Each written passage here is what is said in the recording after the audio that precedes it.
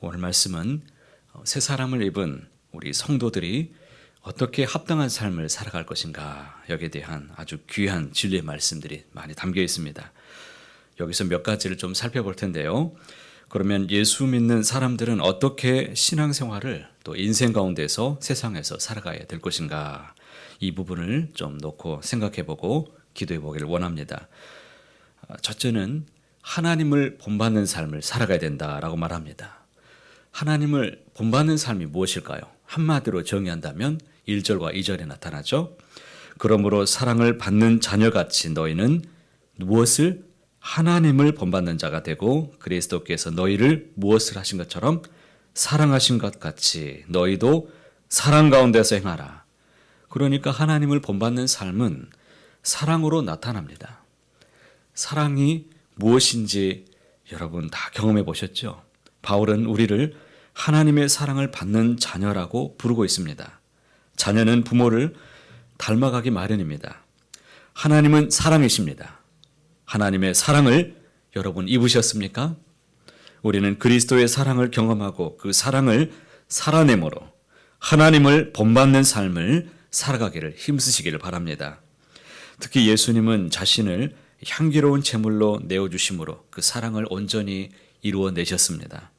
우리는 이기적인 사랑이 아니라 희생적인 사랑, 조건 없는 사랑, 그 사랑으로 살아가기를 바랍니다. 예수님의 사랑이 내 삶의 기준이 되도록 그렇게 힘써야 될 것입니다. 하나님의 자녀들은 또 3절 이하에 보니까 어둠의 일을 버리라고 지금 말씀합니다. 3절 말씀 함께 읽어보겠습니다.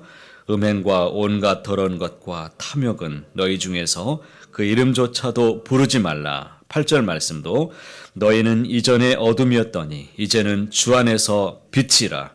빛의 자녀들처럼 행하라.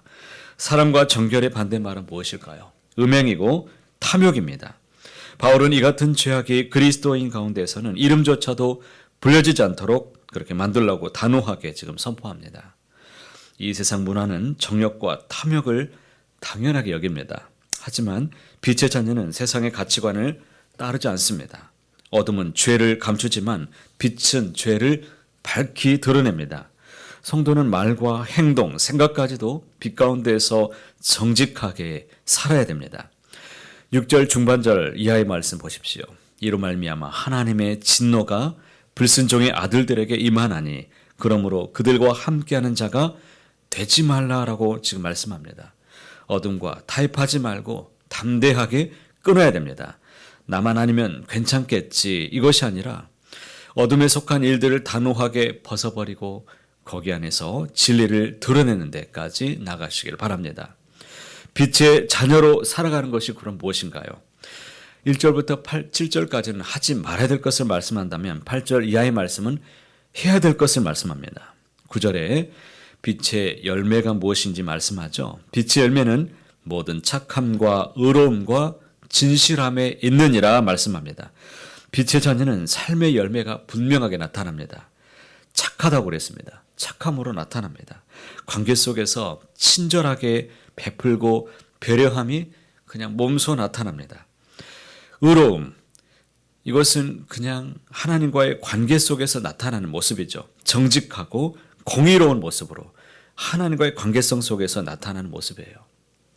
진실함, 위선이 없는 진심, 그리고 정직한 모습으로 나타난다는 것입니다.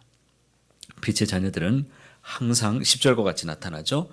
주를 기쁘시게 할 것이 무엇인가를 무엇해 보라는 것입니까? 시험하여 보라. 우리 삶의 모든 선택과 행동을 하나님 앞에 물어보면서 살아가라는 것입니다. 시험한다는 것이 무엇입니까? 분별하고 검토해 보라는 것입니다. 그냥 살아가는 것이 아니라 의식적으로 신중하게 한 번 더 검토해 보고 생각하고 살아가라는 것입니다. 그리스도인의 삶은 하나님을 기쁘시게 하려는 삶으로 가득해야 됩니다. 몇 가지 한번 생각해 보십시오. 인간 관계 속에서 누군가 나를 오해하거나 험담했을 때 우리는 어떻게 해야 될까요? 이럴 때 시험해 보라는 것입니다. 같이 욕을 할까? 내가 그냥 무시할까? 아니면 용납해주고 그를 위해서 내가 한 번 더 기도해 줄까? 주님이 기쁘시게 할 것이 과연 이 상황에서 무엇일까요? 화목하게 하는 일에 쓰임 받는 그런 모습인 줄로 믿습니다.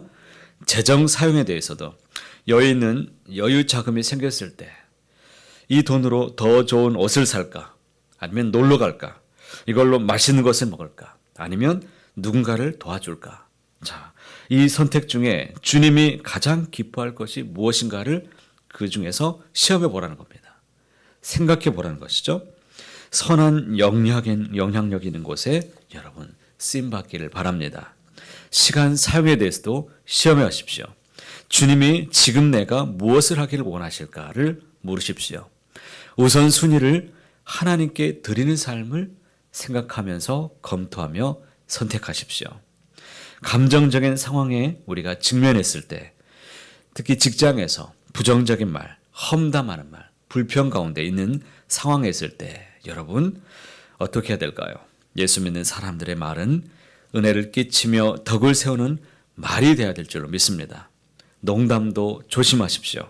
음담패설 교회에서는 절대로 입 밖에도 꺼내지 마십시오. 조롱 섞인 말, 특히 웃긴다고 하면서 하는 말 더 조심해야 됩니다.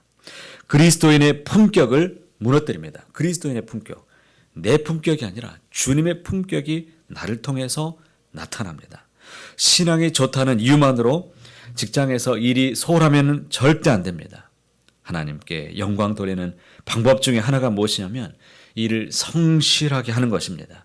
정직하게 성실하게 살아가면 전도의 문이 열려지게 됩니다. 세상 사람들이 다 한다고 해도 나는 주님을 기쁘시게 하는 것이 무엇인가를 놓고 묻고서 살아가는 것이 여러분의 삶이 되시기를 바랍니다. 14절 말씀 함께 읽어보겠습니다.